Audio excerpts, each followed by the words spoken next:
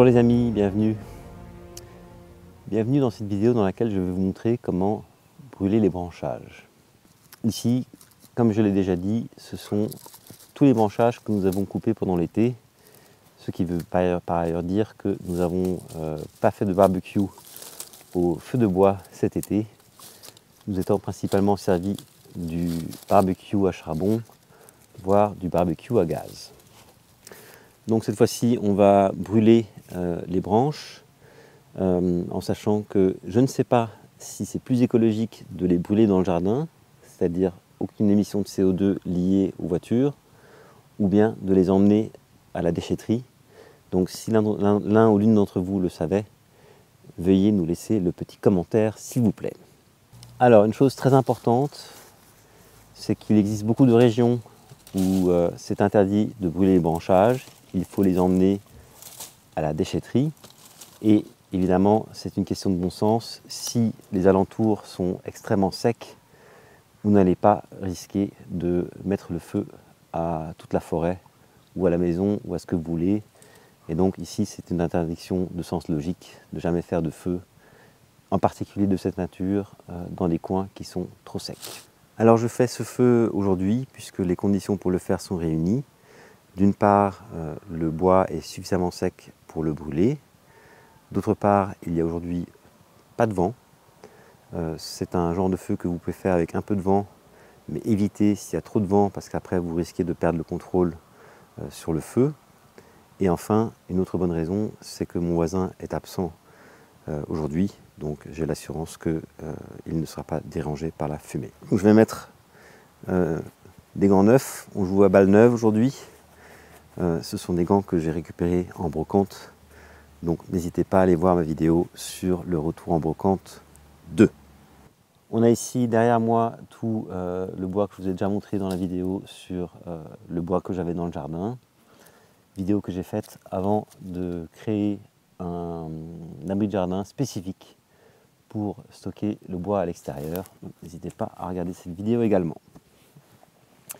Donc la première chose qu'on va faire, c'est qu'on va déplacer le bois de l'emplacement du feu.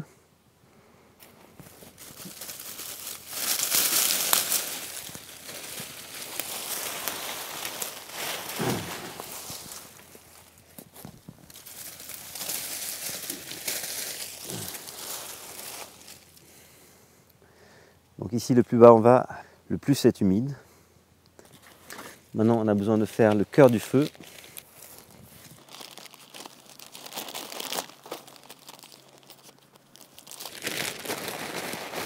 Ah, le chien a trouvé un nonos devant vos yeux. Donc j'ai pris un peu tout ce que j'avais sous la main. Papier journal.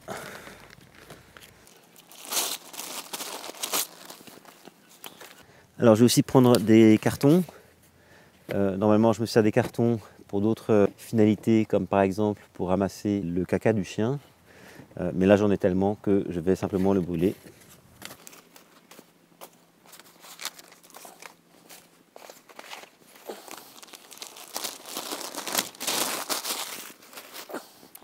Ensuite on va placer, si le chien veut bien, les petits branchages de démarrage. Et donc comme j'ai dit, en retournant cette colline, le bois du bas était assez humide, donc on va reprendre ce qui était sur le dessus pour le démarrage de ce feu.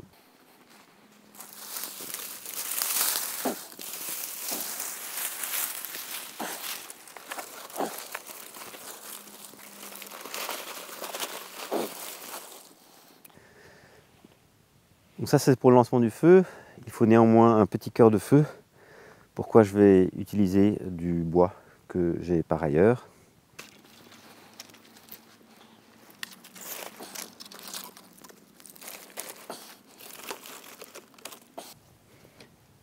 Et c'est parti, on démarre le feu.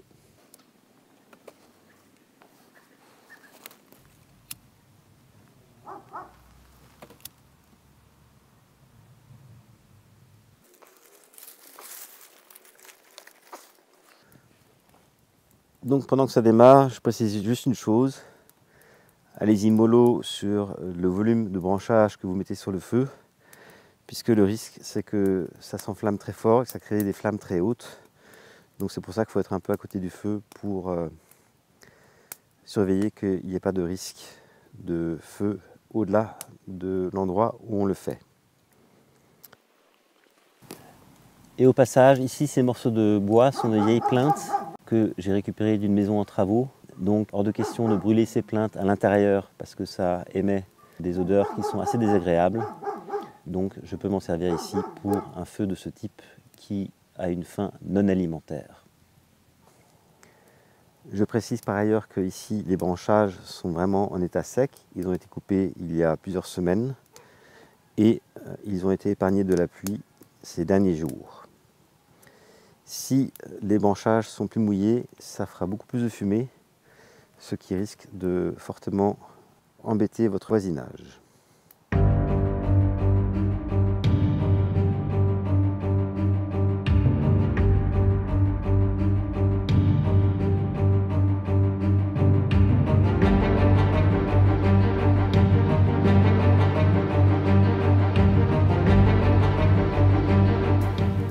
Vous voyez ici le foyer.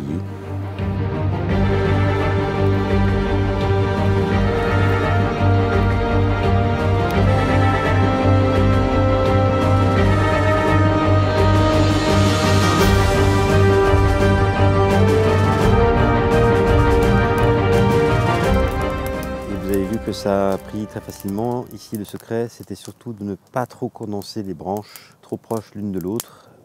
Car si c'est le cas, il y a beaucoup moins d'accès pour l'oxygène, qui est évidemment un élément important de la combustion.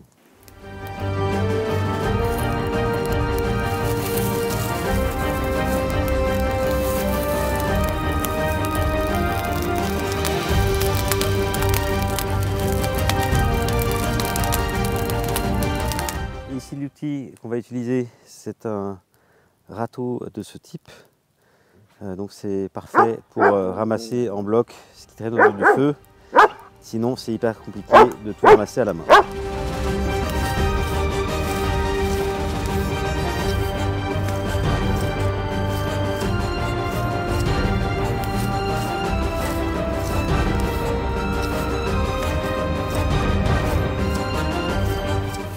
Bien sûr, ça aurait été plus simple s'il y avait moins d'herbe sur la pelouse.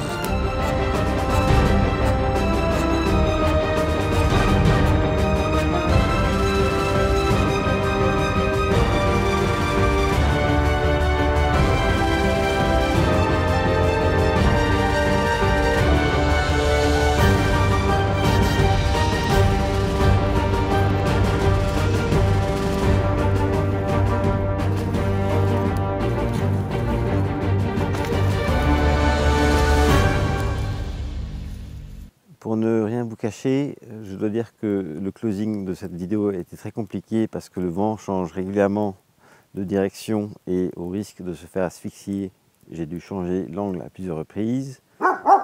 Ensuite, j'ai rajouté du bois pour avoir plus d'éclairage, mais ça s'est révélé largement insuffisant pour des raisons de vidéo.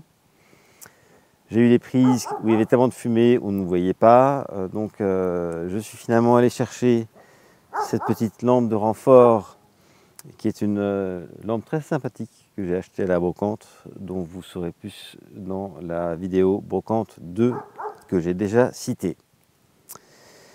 Évidemment, ne pas oublier la femme de l'ombre qui est cette rallonge. C'est la légendaire rallonge orange que vous avez déjà vue dans ma vidéo sur comment réparer une rallonge de tondeuse à gazon.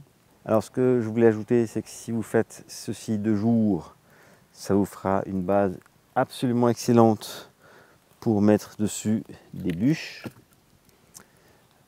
Et comme vous l'avez vu dans ma vidéo sur le barbecue à gaz, la qualité de cuisson number one, c'est avec le feu de bois. Il y a aussi le moyen de faire cela dans une espèce de brasero relativement large, ce que je vous montrerai dans une prochaine vidéo. Et maintenant, ce que je vais faire, c'est que je vais laisser tourner la caméra un petit peu. Je vous laisse évidemment en excellente compagnie musicale. Donc à très bientôt sur Happy Hour TV.